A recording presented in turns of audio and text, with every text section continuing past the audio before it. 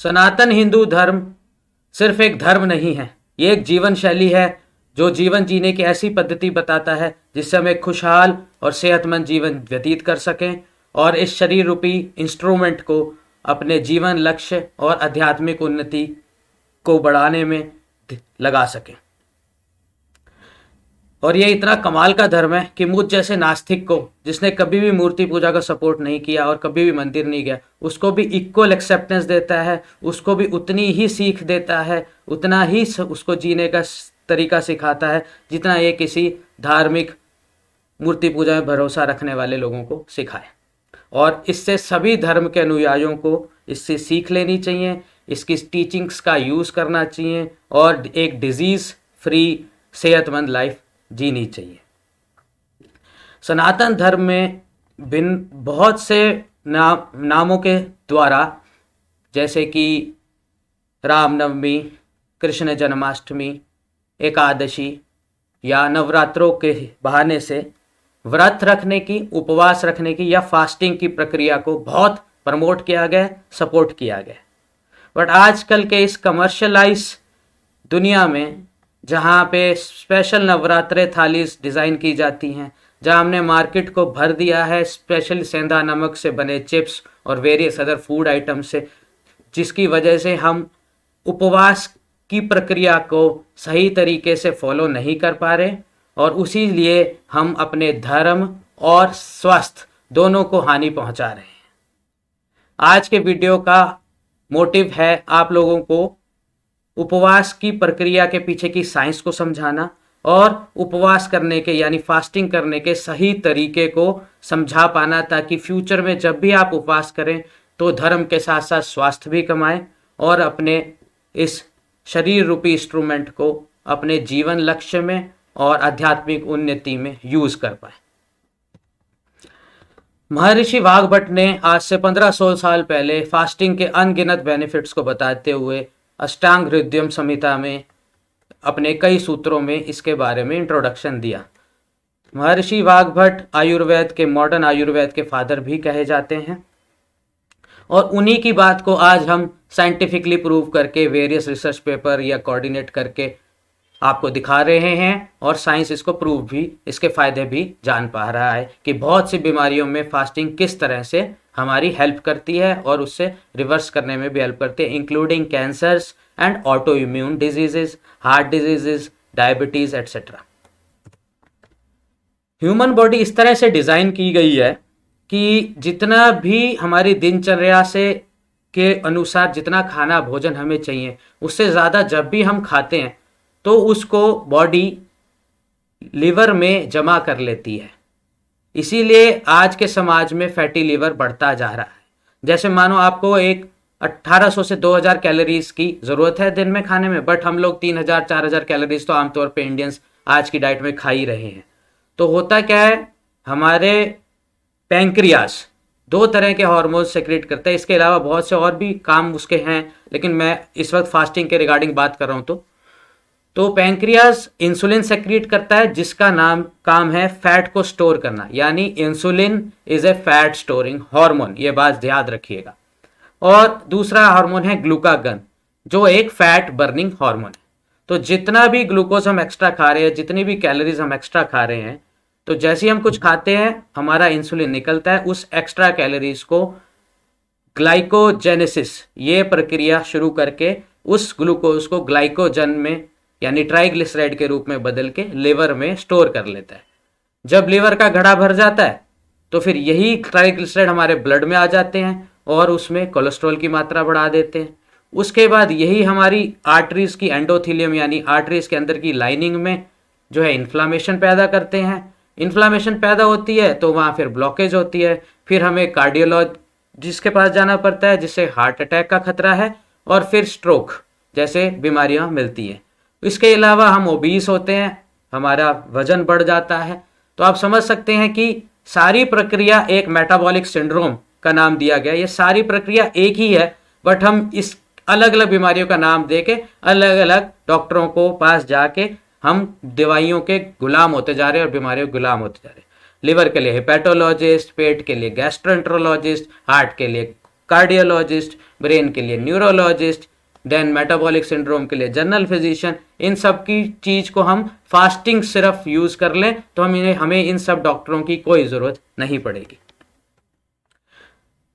Insulin क्या करता है, जैसे ही हम मुंह में कुछ खाते हैं जिसमें ग्लूकोज है, कार्ब्स हैं, जैसे ही वो हमारी बॉडी में जाता है, हमारा पैंक्रियाज इंसुलिन सेक्रीट करता है। इंसुलिन जो है हमारी बॉडी में फैट स्टोर कर देता है उस ग्लूकोज को एक्स्ट्रा को कन्वर्ट करके। और जब हम नहीं खा रहे होते, मैंने कहा ना बॉडी इस तरह से डिजाइन है कि अगर हम 15 दिन भी जंगल में छोड़ दिए जाएं और हमें कुछ ना मिले तो भी हम पानी पे जीवित रह सकते हैं, बॉडी में इतना स्टोर होता है हमेशा। ठीक है, तो जब हम कुछ नहीं खाते यानी फास्ट रखते हैं, फास्ट का मतलब आपका वाला फास्ट नहीं जिसमें आप बीच में दूध भी पी रहे हैं, बीच में चाय भी पी रहे हैं, बीच में फल भी खा रहे हैं, बीच में सील का लड्डू भी खा रहे हैं, बीच में सेंधा नमक से बने चिप्स भी खा रहे हैं, ऐसा कोई फास्ट नहीं होता। फास्टिंग का मतलब है कम से कम 16, 18 या 24 घंटे तक कुछ भी नहीं खाना, पानी पे जीवित रहना, बॉडी को एनर्जी का कोई सोर्स नहीं देना। यह है असली फास्ट की प्रक्रिया। तो जब हम इस तरह का फास्ट करते हैं तो हमारी बॉडी में इंसुलिन घट जाता है। अब बॉडी की वेरियस प्रक्रियाएं हैं, बॉडी को सेल्स को एनर्जी चाहिए, तो बॉडी क्या करती है, फिर ग्लूकागन नामक पैंक्रियाज सेक्रीट करता है एक हार्मोन जो इसी फैट को जो स्टोर हुआ होता है इसको दोबारा ग्लूकोज में कन्वर्ट करता है। इसको कहते हैं ग्लूकोनियोजेनेसिस। फिर यही ग्लूकोज हमारा शरीर इस्तेमाल करता है वेरियस अपने एक्टिविटीज को यूज करने के लिए। इस तरह से हम लिवर रूपी तिजोरी को खाली करते हैं फैट से और शरीर में से भी चर्बी का हनन करते हैं और इंसुलिन के रेजिस्टेंस को कम करते हैं और बहुत सी बीमारियों को रिवर्स कर पाते हैं।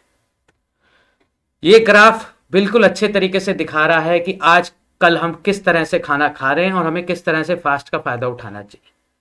पहला ग्राफ ये दिखा रहा है सबसे ऊपर कि रात को हमने खाना खाया, फिर हम सो गए, सुबह 3-4 बजे के आसपास जब वो खाना पच गया तो हमें थोड़ा सा ये green window, fat burning window मिला। उसके बाद हमने नाश्ता किया, फिर चाय पी, फिर लंच किया, फिर स्नैक्स खाए, फिर डिनर किया, फिर डिनर के बाद क्या आइसक्रीम खाई। तो इस तरह से हम पूरे दिन इस लाल जोन में यानी फैट स्टोरिंग जोन में ही जीते जा रहे हैं और इसीलिए हमें बीमारियां हो रही हैं। और जब हम असली फास्ट को करते हैं या जिस तरह से करते हैं, जैसे मैं एकादशी पे 24 घंटे का फास्ट जरूर रखता हूँ मिनिमम, कि 24 घंटे में सिर्फ पानी पे जीवित रहता हूँ। तो जब इस तरह की बात करते हैं तो सबसे नीचे वाला ग्राफ देखिए, आपने कल रात खाना खाया तो उसके बाद पूरा दिन आप फैट बर्निंग जोन में ही हैं, यानी इंसुलिन नीचे जा रहा है और आप पतले हो रहे हैं अपने आप बिना कोई एक्सरसाइज किए। आप लोग कहते हैं ना हमारे घुटने नहीं काम करते, हम एक्सरसाइज नहीं कर पाते, तो आप ये तो कर ही सकते हो। उसके बाद जो इंटरमिटेंट फास्टिंग जिसको आजकल बड़ा फैड की तरह सभी डाइटिशियन बेच रहे हैं, जिस तरह से ये 16 घंटे की फास्टिंग है, आपने एक बार मील ली रात को, फिर 16 घंटे कुछ नहीं खाया, आपने फिर दोपहर को 2 बजे खाना खाया, तो इसमें भी आप बहुत मात्रा में जो है इंसुलिन को घटा रहे हैं और फैट को बर्न कर रहे हैं, जो बीच वाला ग्राफ आपको दिखा रहा है।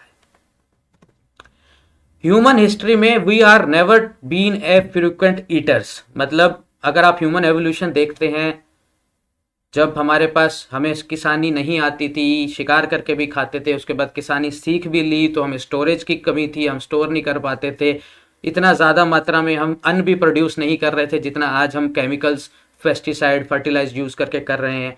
तो हम कभी भी फ्रीक्वेंट ईटर्स नहीं थे, कभी शिकार मिला, कभी खाना अच्छा हुआ, कभी फसल सही हुई, कभी सूखा पड़ गया, कभी बरसात गलत टाइम पे आ गई, कभी खाना मिला कभी नहीं मिला, तो हम दिन में एक मील पे जीवित थे, कभी कभी एक भी नहीं मिलती थी हंटर गैदरर्स को। तो ठीक है, तो हम कभी भी फ्रीक्वेंट ईटर्स नहीं रहे। बट आज की डेट में आप देखिए अपने आप को कि हम क्या खा रहे हैं। सन 70 के बाद इस तरह से बदलाव आ गया, इतनी कंपनियां आ गई हमें पैकेज फूड लेके हमारे पास, जिसमें कैलॉग्स भी है, सुबह उठ के ओट्स है, क्वेकर ब्रेकफास्ट खाइए, ब्रेड की कंपनियां आ गई कि भाई इससे हेल्दी तो कोई ब्रेकफास्ट ही नहीं है, एटसेट्रा एटसेट्रा। पैकेज्ड फ्रूट्स आ गए, जूसेस आ गए, पैकेट फ्रूट जूसेस जिसमें एक्स्ट्रा शुगर लोडेड कर रखी है।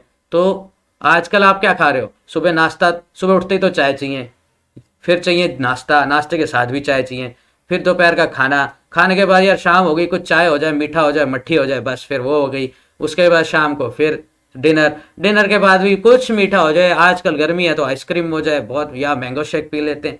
ठीक है, इसके अलावा आजकल के बच्चे तो कभी कोल्ड ड्रिंक चाहिए हाथ में, खाली हाथ तो वो दिखते ही नहीं है। तो कितना ज़्यादा हम फ्रिक्वेंटली खा रहे हैं, जितनी बार खा रहे हैं इंसुलिन ऊपर जा रहा है, फैट बढ़ रहा है और हम मोटे हो रहे हैं, बीमार हो रहे हैं और वेरियस बीमारियों के ग्रस्त हो गए हैं। समाज पूरा ही, कोई भी घर शायद मुझे नहीं मिलता जिसमें, दिल्ली शहर में तो, कि डायबिटीज़ या कोलेस्ट्रॉल की दवाई ना चल रही हो 40 साल की उम्र के बाद। यही कंपनी आती हैं, हमें झूठ भेज देती हैं कि breakfast is the most important meal of the day. ऐसा दिन नहीं शुरू करोगे तो पता नहीं क्या हो जाए। अरे भाई, मैं एकादशी रखता हूँ जब 24 घंटे मैं कुछ नहीं खाया होता, और मैं पूरा क्लिनिक का काम पूरे एक्टिविटी से करता हूँ, मुझे कभी भी कोई थकान आज तक महसूस नहीं। इस साल मैंने एक भी एकादशी अभी मिस नहीं की। पिछले साल मैं 20 एकादशी के व्रत रख चुका हूँ ऑलरेडी, 4 मिस हो गई थी किसी कारणवश।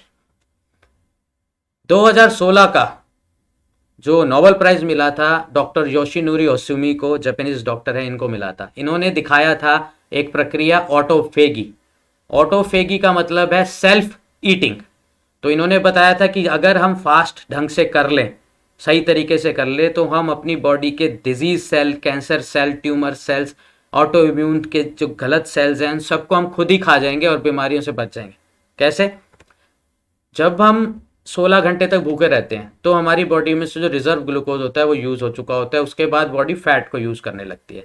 ये टेंटेटिव टाइमलाइंस है, आपकी बॉडी और आपके फैट रिजर्व पे डिपेंड करती है, आपकी दिनचर्या पे भी डिपेंड करती है, बट तकरीबन ये 14 से 16 घंटे की विंडो देखी गई है। उसके बाद 16 घंटे के बाद बॉडी फैट यूज़ करने लगती है, तो तकरीबन 20 घंटे तक फैट यूज़ हो जाता है। उसके बाद बॉडी स्विच करती है प्रोटीन्स पे, बट क्योंकि ये बॉडी इतनी परफेक्ट बनी है तो ये हमारे हेल्दी सेल्स को नहीं खाती, ये पहले उन सेल्स को खाएगी, उन प्रोटीन जो बुढ़े हो गए, जैसे हमारे आरबीसीज, डब्ल्यूबीसी, जिनकी एज हो गई है, जो पूरी तरह काम नहीं कर पा रहे, जो ट्यूमर सेल्स हमारे अंदर बन गए हैं, रिएक्टिव ऑक्सीडेटिव स्पीशीज जिसको हम बोलते हैं वो बन गई हैं, या जो खराब मसल सेल्स हैं जिनकी अब सही से ज़रूरत नहीं है और उनको चेंज करने की ज़रूरत है, या हमारी बोन्स के सेल्स जिनको चेंज करने की ज़रूरत है। ऐसे कई सेल्स डिवाइड होते रहते हैं, रिपेयर चलता रहता है। तो बॉडी क्या करती है, उस प्रोटीन, उन खराब सेल्स को खा जाती है अपने मैक्रोफेजिस टाइप को से भेज के या फैगोसाइटोसिस करके, और उसके बाद वो खराब सेल्स से तोड़ने के बाद जो रॉ मटेरियल निकलता है, अमीनो एसिड, फैटी एसिड जो निकलते हैं, उन्हीं को इस्तेमाल करके वो फिर नए सेल्स बनाती है। इसको ये समझिए जैसे कुछ महीनों के, कुछ सालों के बाद आप घर का फर्नीचर या घर में रेनोवेशन करते हो ना, और फिर घर फिर से सुंदर और सही बन जाता है, उसी तरीके से हमारी बॉडी में ये रेनोवेशन का प्रोसेस हम कर सकते हैं अगर हम फास्टिंग को सही से इस्तेमाल करें। तो हम ऑटोफेगी को ट्रिगर कर सकते हैं। ऑटोफेगी ट्रिगर करने से हम खुद के ही कैंसर सेल्स, खुद के ही disease cells, insulin resistance, heart disease, coronary inflammation जो हार्ट के अंदर है, इन सबको ठीक कर सकते हैं। यही ग्राफ ये दर्शा रहा है, जैसे हम लॉन्ग टर्म फास्ट पे जाते हैं, इंसुलिन तो नीचे जाता जाता है और हम ऑटोफेगी को ट्रिगर करते रहते हैं। ये तकरीबन 20 से 24 घंटे या उससे लंबे फास्ट में होता है, और ये मैं अपने कैंसर पेशेंट्स को प्रिस्क्राइब भी कर चुका हूँ। इसका वो बेनिफिट उठा भी रहे हैं और बहुत फ़ायदा भी उठा रहे हैं क्लिनिक में। इसके अलावा जब भी हम फास्ट करते हैं तो हमारा pituitary gland growth hormone secret करता है, और आपको अचंभा होगा ये जान के कि ये ग्रोथ हार्मोन जब हम रिगरस एक्सरसाइज करते हैं तो भी सेक्रेट होता है, बट नॉर्मल से सिर्फ 4 गुना ज़्यादा। यानी कि जब रिगरस एक्सरसाइज आप जिम में 1 घंटा लगा रहे हो, दौड़ रहे हो, तब जाके सिर्फ 4 गुना ज़्यादा ग्रोथ हार्मोन सेक्रेट हो रहा है। लेकिन जब हम लंबे फास्ट करते हैं 24 घंटे, 36 घंटे, 48 घंटे, तो ये 20 गुना ज़्यादा सेक्रेट होता है। सिर्फ 16 घंटे से भी ये 10 से 12 गुना ज़्यादा सेक्रेट होता है। यानी सिर्फ फास्ट करके आप एक्सरसाइज, रिगरस रेगुलर एक्सरसाइज से 5 गुना ज़्यादा ग्रोथ हार्मोन जो कि सस्टेनेबल रहता है बॉडी में, वो सेक्रेट करा लेते हो। और growth hormone is the most potent anti cancer hormone, anti ageing hormone, सभी ऑर्गन्स पे इसका फायदा है। ये सारी रेनोवेशन करता है हमारे सेल्स की, जो उसकी मैं बात कर रहा हूँ। और यही, इसी को प्रूव करके बहुत सारी स्टडीज पब्लिश हो चुकी हैं जो यही दर्शाती है फास्टिंग किस तरह से स्ट्रांगली ग्रोथ हार्मोन को सेक्रेट करता है, और उससे हम कितनी कितनी अनेकों बीमारियों से बच सकते हैं। लेकिन इसका ये मतलब नहीं कि आप ग्रोथ हार्मोन का इंजेक्शन ले लो जैसे आजकल जिम्स में दे रहे हैं, या गोली खा लो, उसका कोई बेनिफिट नहीं पता चला। बल्कि स्टडीज ये बता रही है कि इस तरह से ग्रोथ हार्मोन कृत्रिम रूप में या केमिकल रूप में लेने से बहुत नुकसान हुआ है। इस लिस्ट में पूरी सभी बीमारियों के नाम दर्शित हैं जो आप जानना चाहते हैं कि क्या क्या फास्टिंग से बेनिफिट हो सकता है। इसमें neuro degenerative disorders, auto immune disorder, cancer, diabetes, heart disease, coronary artery disease, आप जस्ट नाम लीजिए और ये वो आपको इस मक्या इस लिस्ट में वो बीमारी मिल जाएगी। इसके फास्टिंग के दोनों बेनिफिट्स, इंसुलिन को कम करना और ऑटोफेगी को ट्रिगर करना, ग्रोथ हार्मोन को सेक्रेट करना, इसके आप बेनिफिट उठा सकते हो।